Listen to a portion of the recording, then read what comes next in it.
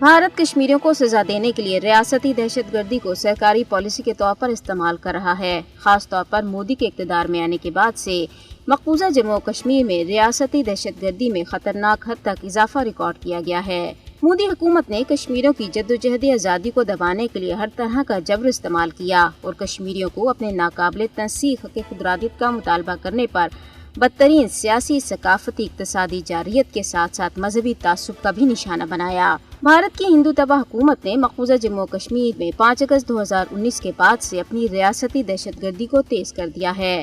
भारतीय फौजी और पुलिस एहलकार मक़बूजा इलाके में इंसानी हकूक़ की संगीन खिलाफ वर्जियाँ जारी रखे हुए हैं। नतीजतन मक़बूजा इलाके में भारतीय फौजियों के हाथों निहत्ते कश्मीरियों का कत्लेआम, जबरी गिरफ्तारियां, जुल्म और तशद्दुद, अमलाक की जब्ती और दीगर मजालिम रोज का मामूल बन गया है। मोदी की हिंदू तबाह हुकूमत ने अपने फौजियों को कश्मीरियों पर मजालिम ढाने की खुली छूट दे रखी है, जो इलाके में बड़े पैमाने पर इंसानियत के खिलाफ जराइम का इर्तिकाब करके इंसानी हकूक़ के आलमी एलामिया की धज्जियां उड़ा रही हैं।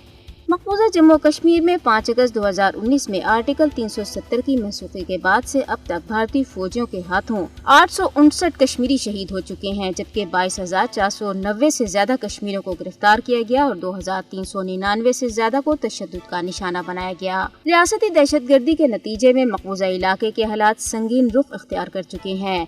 तहम मोदी हुकूमत भरपूर अंदाज में जम्मू कश्मीर के बारे में अपने झूठे बयानियों को फरोग देने के लिए सच्चाई को मस्क और हकाइक को तोड़ मरोड़ कर पेश कर रही है।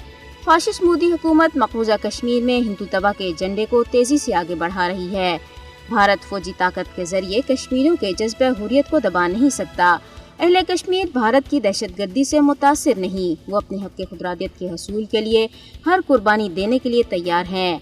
आलमी बरादरी को मक़बूजा जम्मू कश्मीर की संगीन सूरत हाल पर खामोश रहने के बजाय इलाके में इंसानियत के खिलाफ संगीन जराइम पर भारत का मुहासबा करना चाहिए।